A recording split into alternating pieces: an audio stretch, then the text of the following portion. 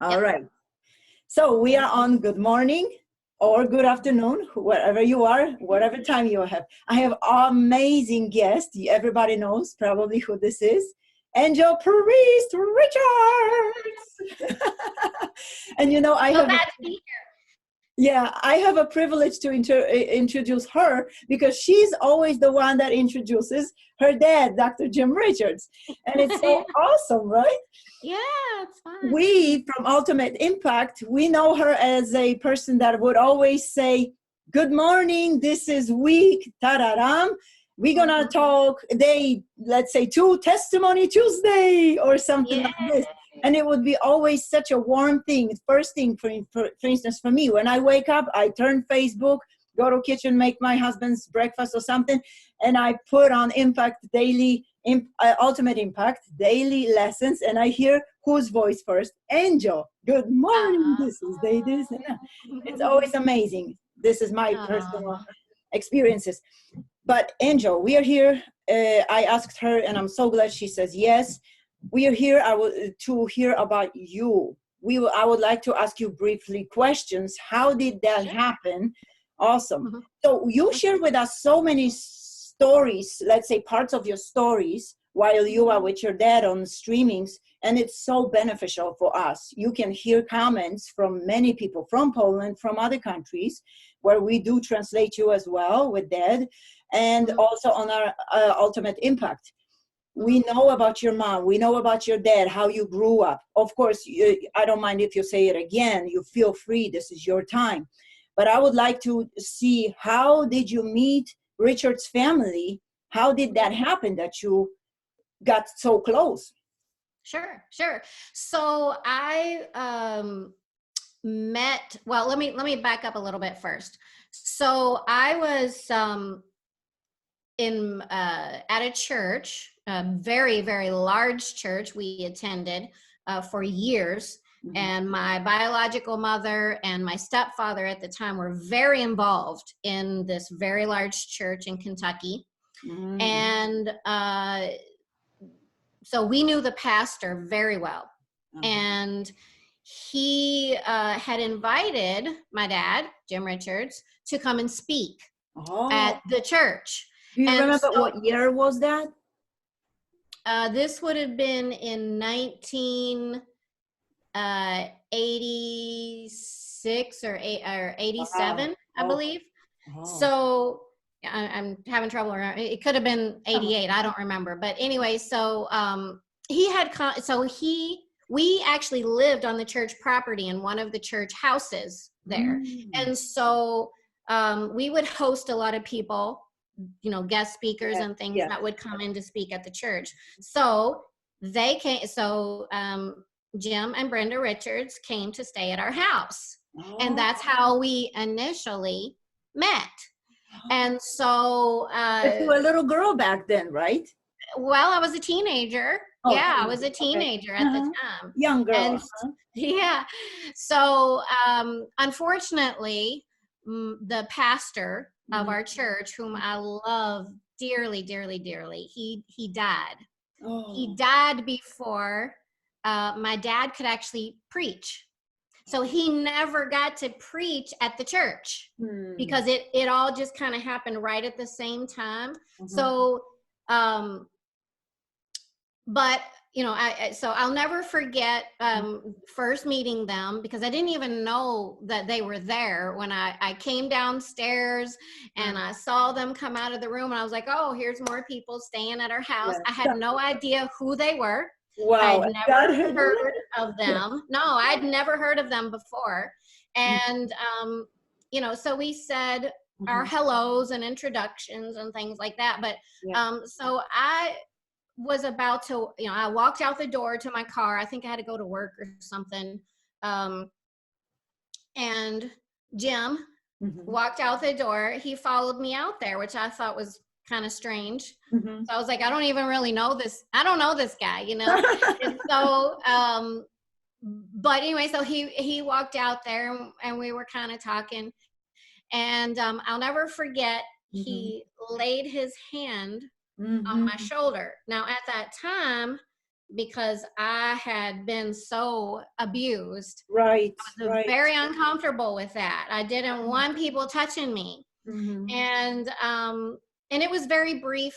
It was, it was just, like you lay your hand on somebody because you're concerned about them. That's kind of, he's like, well, whatever it was. And I don't even remember anything. I don't remember the conversation. I just remember him laying his hand very briefly to express whatever it was he was expressing. I didn't interpret it the wrong way. And he handed me a tape set because, back in the day, remember, everything used to be on cassette tapes. And so kids, how does it look like? They don't know tapes. Yeah, tape sets, and it was on tape. We didn't have CDs. We didn't have MP3s. Walkman. You had to put the tape into the tape player and listen to it. So he hands me this really large tape set, and it was called Identity, Self-Image, and Self-Worth, which is what we now call it Dignity and Worth. It's the series Dignity and Worth now, but back then that was the name of it. And so I had never heard anything like that before. Well, as I said, it turns out that the pastor of the church died, so they never came back to preach. Well, I graduated high school. And, was thinking about college. I went to a year of college. I was going to be a psychology major, but I decided not to pursue that. And so my mother wanted me to go to Bible school. Right. And so she goes, well, you have two choices. You can go to, I think it's Christ for the Nations down in Texas, I think, Christ for the Nations, or you can go to Impact Ministries. And I didn't even know they had a Bible school. I didn't know, that Jim had a Bible school here. And so I thought, so you want to know how I made the decision? I thought, you know what? Alabama's closer to Kentucky, so that's where I'm gonna go. And that's how I made the decision to go. Wow. Yeah. So what ended up happening from there is I moved down. Well, they were renovating the dorms. They had a house and they had all these dorm rooms in it, and they were in the midst of renovating that, so they didn't have anywhere to put me. So I moved into their house with them, and I shared a room with one of their other daughters, Christy. And so I was there for like a year while they were, fixing the house and everything. And so I lived there, and we just made a connection, back then. With the whole family, or just with Christy? Well, no, with everybody. Everybody, right? So it just. So how was your first year at college? Could you tell us, for those who are interested in Bible, School of the Bible, how was that? Because you were exposed to different gospel, right? Then you listened to this set of tapes that kind of introduce you to something new, the new thinking. Then you go to college, and how did that transformation of your mind, appear? Like, how quick did it happen? Well, so remember, I have this whole history of abuse, right? Plus religion. So there's so much baggage on you. It was terrible. It was terrible. Suicide. And then I had my biological mother who sat me down and told me why all of this was happening. Because God allowed it to teach, and there was a big lesson I needed to learn. Well, I turned my back on God. Yes. Hold on. When did you turn your back on God? After that conversation, I was probably 18 or 19. That was before college. That was before college, right? Yes, I did. And so the reason I was against God. And so I didn't want anything to do with God. but I didn't, I didn't want to pursue psychology. And I was really like, I didn't know what I wanted to do. Right. And so she said, look, I'll pay for you to go to college. That's how she convinced you. But I want you to go to Bible college. And I thought, well, that's fine. That's fine. I just want to get out of here. Oh, so you turn your back on from God. You don't want to hear about it, but she's paying you. So that's the. She's gonna pay me to go to school, but I can be far enough away that I can get away from my family, but still close if I if I wanted to come back. It was crazy thinking, right?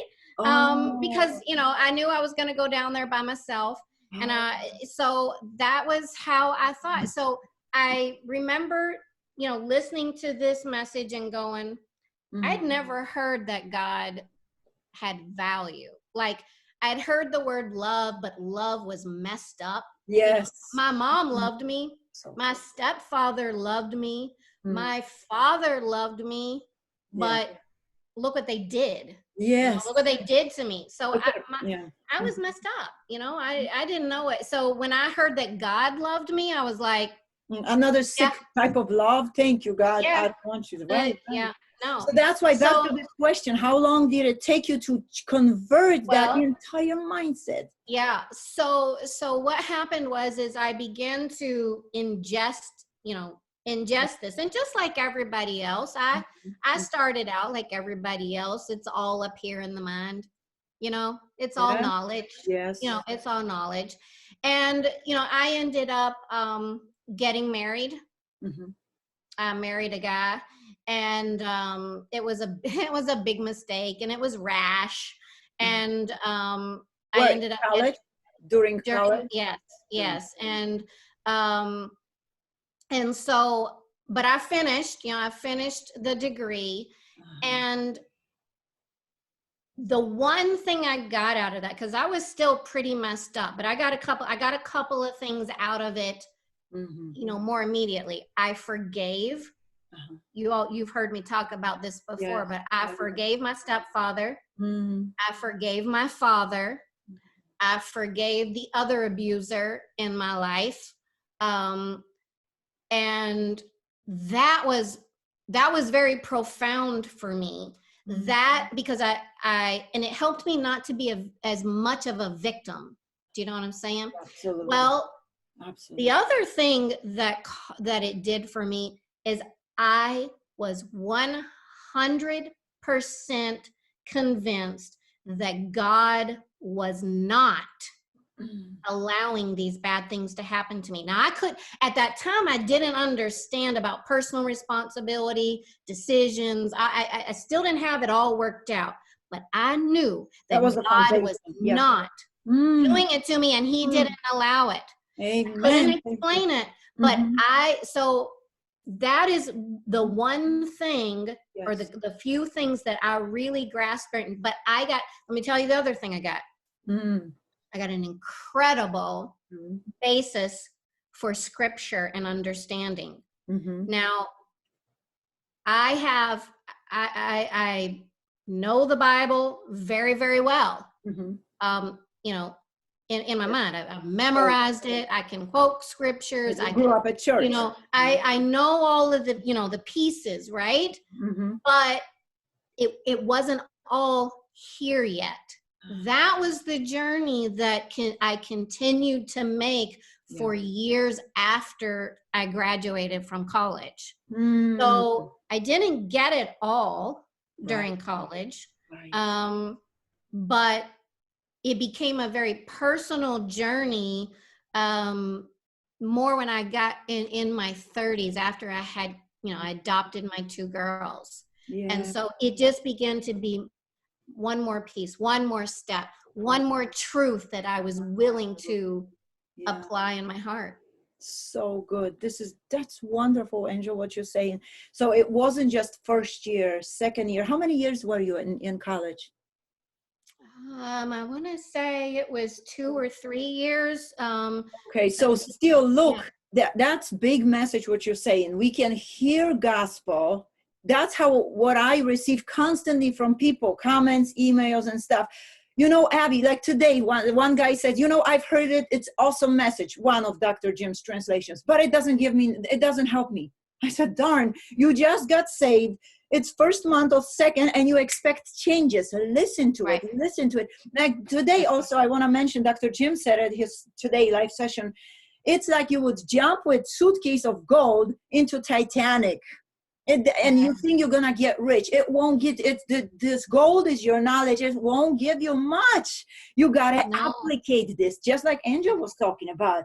It took her years, but the key is stay in it, right? Isn't it? You stayed in it. It's not like you were playing hooky, you know, like you didn't go for 1 year for college. You stayed, stick to it. You listen, you learned, you did homework, you research. It doesn't matter. You don't see it yet, but it's coming. No. Well, if you go to college to be an engineer, or you go to college to be a graphic designer, whatever you go to college for, if you have to use what you learn in your job, or what? You've wasted your time and you've wasted your money. But for some reason, we go to college or we study the Bible on our personal time, whether we go to college or not. And we think that just knowing it is enough. But if you just know the principles of are you still there? If you just know the principles of engineering, or you just know the principles of graphic design, but you don't ever use it, you're probably not going to be in your job very long.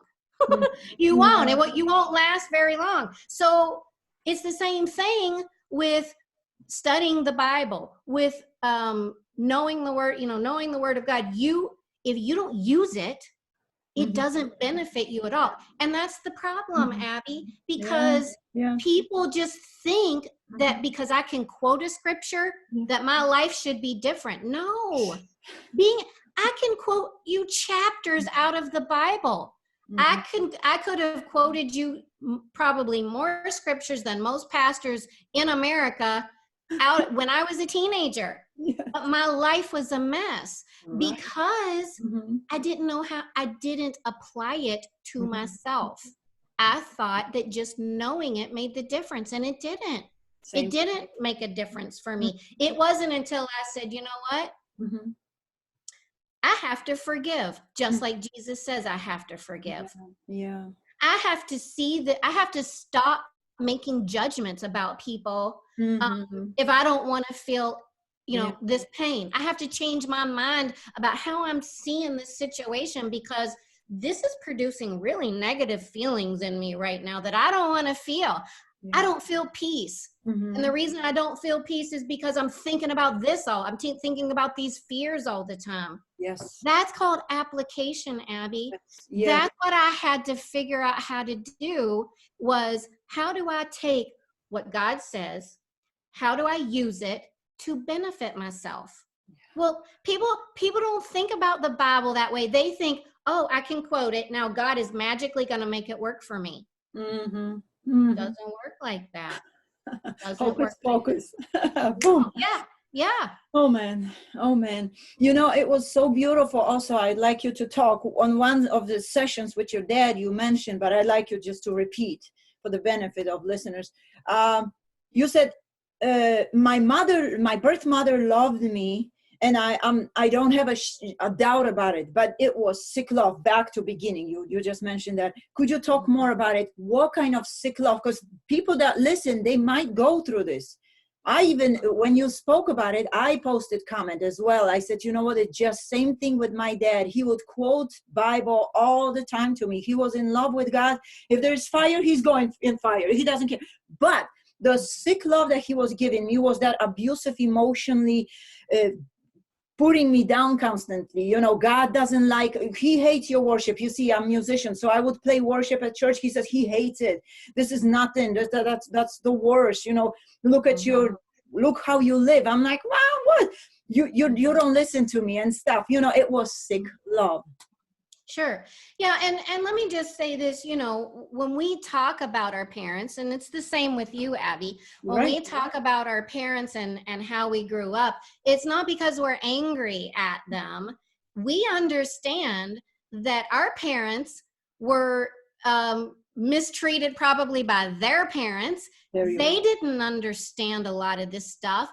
They were trying to do what they thought was right, what they thought was good, but because they didn't have the love of God necessarily operating in them, it was very difficult for them to show that to us. And I get that. So when I talk about my mom, my biological mother, I understand what was going on with her and why. Today, I didn't as a child. Clearly, I didn't know that, but I do understand now. So I want everybody to know I'm not talking bad about her. And towards the end of her life, she understood it too. Wow. So and she talked about it. So I'm not talking bad about her in a way that she did not. No, for the teaching, edifying purposes. Right. I get it. That's important. So don't repeat our parents. Don't repeat your parents. Right. So growing up, my biological mother was abused by her parents. And so when she married, she was married several times, but she was severely physically abused by my biological father. And so she didn't mean to make me feel certain ways, but because of the pain in her own life, she inflicted pain on others. And you do that when you have pain in your life. You hurt the people around you. You may not mean to, but you do. And so she would say things to me, when she was married to my biological father, when she was married to my stepfather who would beat her and beat us, she would say things to me that was very dysfunctional. And she would say, all these men will hurt us, and they may go away, but it'll always be me and you. And in my mind, I interpreted that as I can't ever leave you. I can't ever be separated from you. She kept umbilical cords connected. Yes. So it created from a very, very young age, it created a really bad dysfunction. Well, then she got saved, and then she got religion. And and because she had such an incredibly strong personality, she was very, very domineering and very critical. And so she criticized everything that I did. I never felt like I could be good enough. And so here I felt like I could never leave her, but never please her. And I felt trapped and stuck, like I was never going to be able to have a life of my own. And so she would use God as a weapon almost to try to control me. Same thing my dad, yes. Yeah. Same thing. Yes, to try and scare me, to make me do right all the time. And then punish me when I did wrong. And so it made me afraid of God, is all it ended up doing, is it made me afraid of God. Then ultimately it made me hate God. But as you said, it became foundation to you, like you grabbed a hold, you were sinking in all this religious hate, you hated God. But once you found out God is good, and I'm telling that to everyone that listens to you, that was foundation that pulled you out of this grave that you were in, mental grave. Yeah. Well, and I've said it a couple times before. I don't think I'd be alive today because I did not want to live anymore. I did not want to live in a world where I was afraid of God. I was afraid of losing my salvation. I was afraid of the next big tragedy that was going to happen, or the next big hurricane, the next whatever. I didn't want to live in a world like that. And I didn't want to live underneath a God like that. Yes, and how many listeners live like this today? They hear gospel, but they just don't know how to get out of it. Yeah, They yeah. don't. They It's just don't. sad. Mm-hmm. It's sad. It's incredibly sad. And thank God, I think I was about 15 years old, and I so wanted to know God. I so wanted to know him. If everything I'd heard about him was real, because I'd read the Bible and I'd think, something's not right. I just knew in my heart that something wasn't right about what I was hearing, but I didn't know what. Same thing. And I'll never forget laying in bed at night, and I could hear my mom and my stepdad fighting, and I was just crying. Hallelujah. And that's healing. And I said, God, I don't know who you are. I don't know why all of these things happen. If you really allow it to happen, if you're really trying to show me something or whatever, but I just want to know you for myself, and nothing changed. I didn't wake up the next day and know God, I didn't, but it wasn't but 2 or 3 years later that Dr. Jim Richards came into my life. And it was like, it was like being in that water behind you, and the water right here drowning. That's what it felt like. Yeah. And I got a life preserver. Yeah. Someone threw me a life preserver and I grabbed it.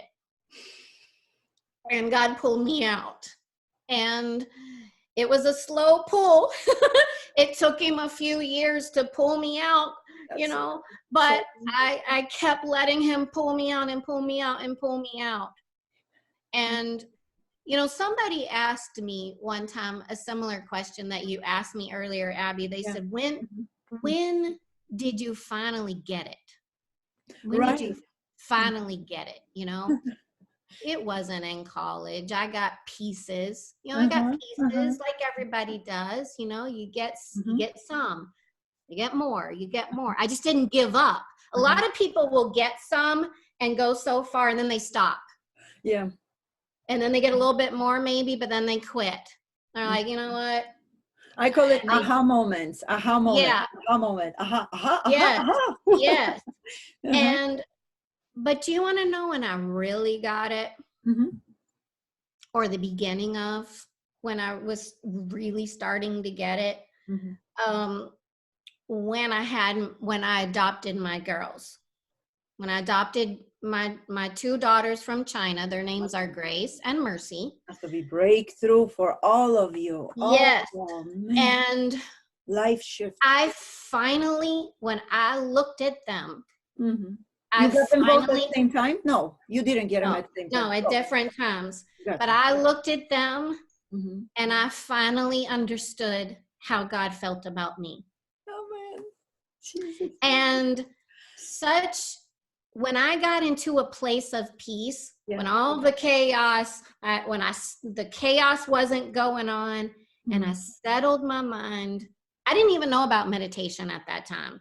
But when I settled my mind and I began to really think about the things of God, because I wasn't distracted by crazy life stuff and all this, and I looked at my kids and I saw how much I loved them, I realized that's how God feels about me. And I knew that there was nothing my kids could ever do to change it. No. Nothing they could ever do, no matter how bad they acted, they could not change how that I love them.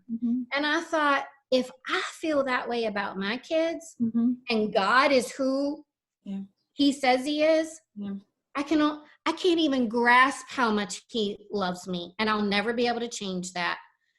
That brought such a sense of peace for me that I'd never had, because I did not really trust in the word love.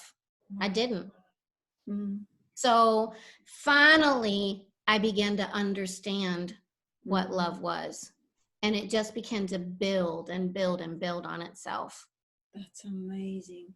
Yeah. And guys, every listener, just be patient, and patient with yourself. If you're on your way, you know you started, maybe you didn't arrive, just be patient. Listen to Angel's story. It says so much to you, to everybody's life. Everybody's life. I don't know, even if your story is different, even if your story is more complicated than her, even though she had, I think, one of the most complicated stories, and abuse and trauma and pain, guilt that she went through, there is hope. There is hope. Angel, I personally feel your heart so much. I'm from a like home, but your mom was my dad. So everything you say, I'm like, like the bells beat in my heart. I'm like, I understand you so much. I have two more questions. I don't want to keep you too long.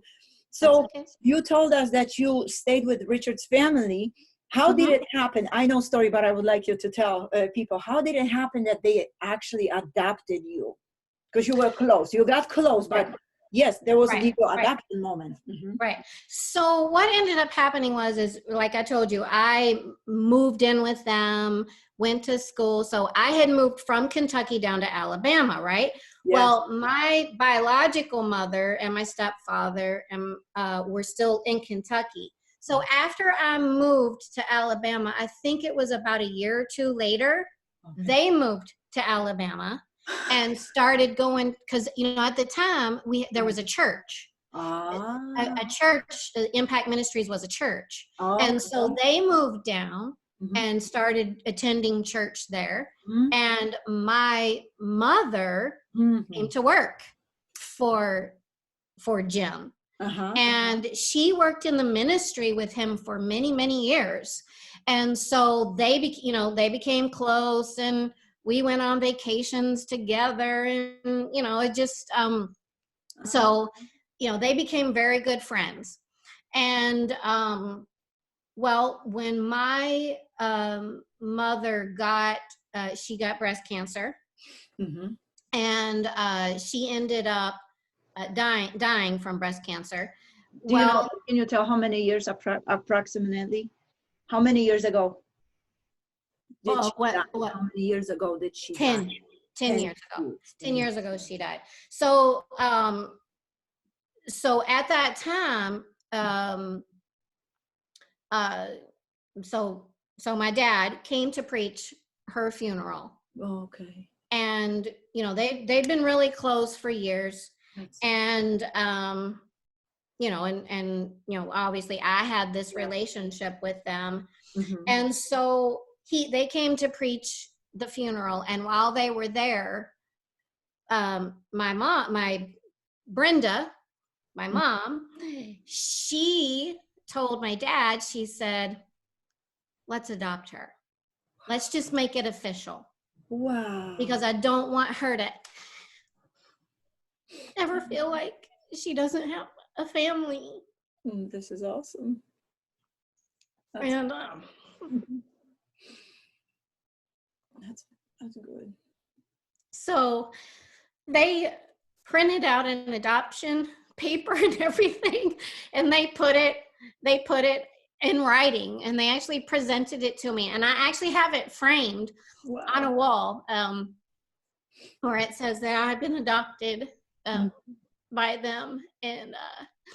And so we just kind of made it official what was already in our hearts. In your hearts, right, for you previous years. Yes. That's amazing.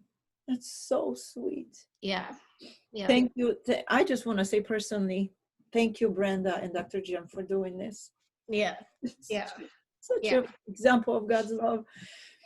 Angel, I have another question. How, because you became Dr. Jim's buddy, Bible study buddy, right? He always calls you, she's my Bible study buddy. How did that happen? Were you following him? Dad, tell me, what about this in the Bible? What about this? How did it? Or you were just talking from conversation, or you decided, Dad, I want to be your buddy? So what would happen is he didn't realize that I was such a researcher and I like to study. And so Well, let me tell you this. For years, Mhm. I would transcribe his messages. Mhm. So, as I actually used to have a transcription business, medical. It was a medical transcription business. So I can type really, really fast. And Yes. so I would put my headphones I can on. hear you sometimes.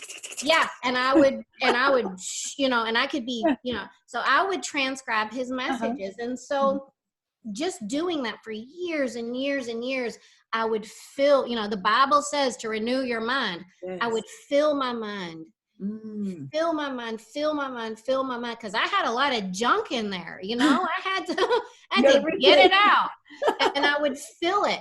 And that's how I would spend my time. I would just fill, and I would transcribe, and I would think, and I would study, and I'd put stuff in, and I'd look at the word. I'd look up the words in the original language. I would do all this. So we started talking. Mhm. He'd call, or I'd call him, and we'd talk. And I'd say, I was reading about such and such. And he'd go, oh, yeah? And I said, and I would look, and I found that it means, and he'd go, really? And I'd be like, yeah.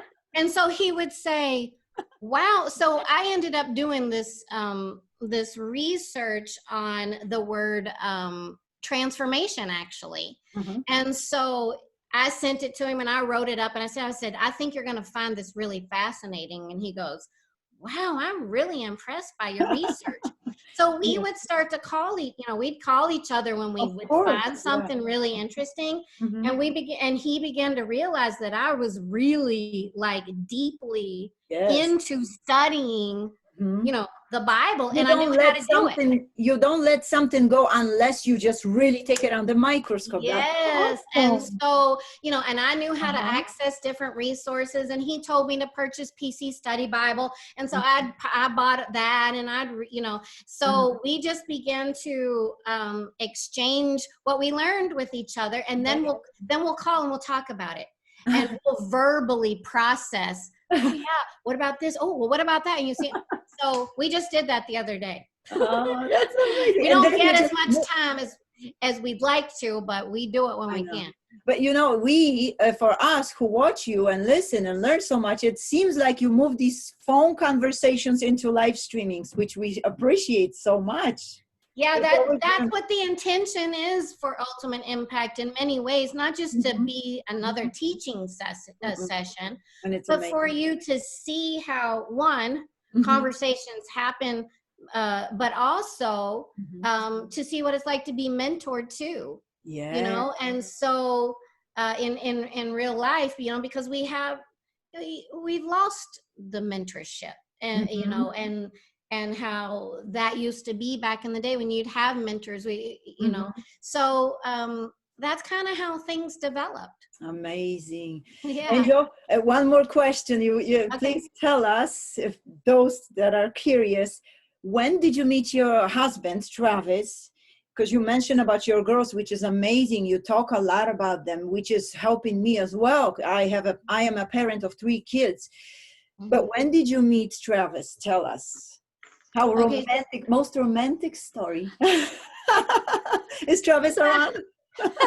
It's actually kind of funny, Yeah. but so I worked, well, okay, so I lived here at the time in Huntsville, Alabama. Yeah.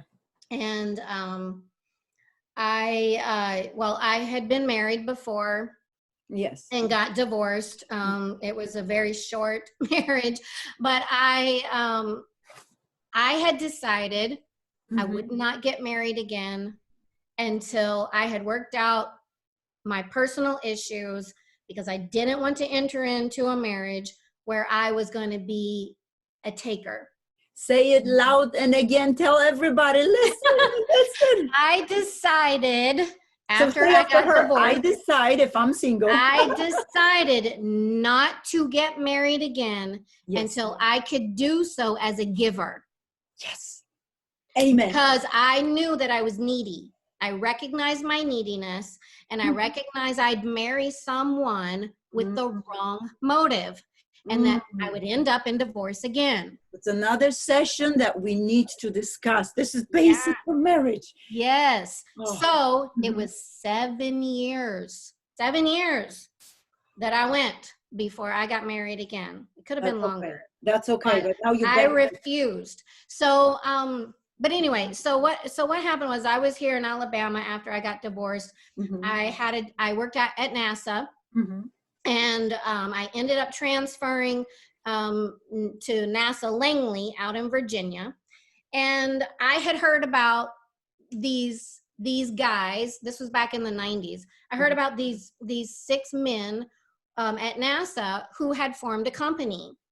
And they did very, very well with their company. And it had ended up being purchased by Symantec. And if you're not familiar with Symantec, Symantec makes Norton Antivirus. Everybody knows Norton Antivirus. And so, and I had heard of this man named Travis Priest. He was one of the guys who invented this company. And so, well, as it turns out, I ended up going to work for Symantec. And he was there. This man named Travis was there. Well, on my very first day at work, we were having a conference, and these 2 guys were up there trying to give this talk, but they were real geeky. they were no one knew what they were talking about, and no, because they were talking about computer stuff, and everybody's like, what? You know, it sounded like another language. Nobody knew what they're saying. So I turned to my boss and I said, I think you need to go get somebody who can come in and talk about this in a way that we all can understand. So they went and they got Travis Priest. And because he understands all the technical stuff, but he can speak it in a way that people can understand. So they went and got him, and he got up and he delivered this whole thing. And I remember looking at him and just looking at him. I remember looking at him, and I turned to my friend. I said, "Who is that?" And she told me. And I said, he's really, really tall. And I said, he looks like a gentle giant. He looks like a gentle giant. She goes, he is. She knew it. She already knew him. Oh, yeah. And so she started matchmaking in her mind. She was determined to matchmake. I didn't know it. I wasn't thinking about him that way. I just thought he looks so gentle. He just looks like a gentle person, you know? And so she started matchmaking us.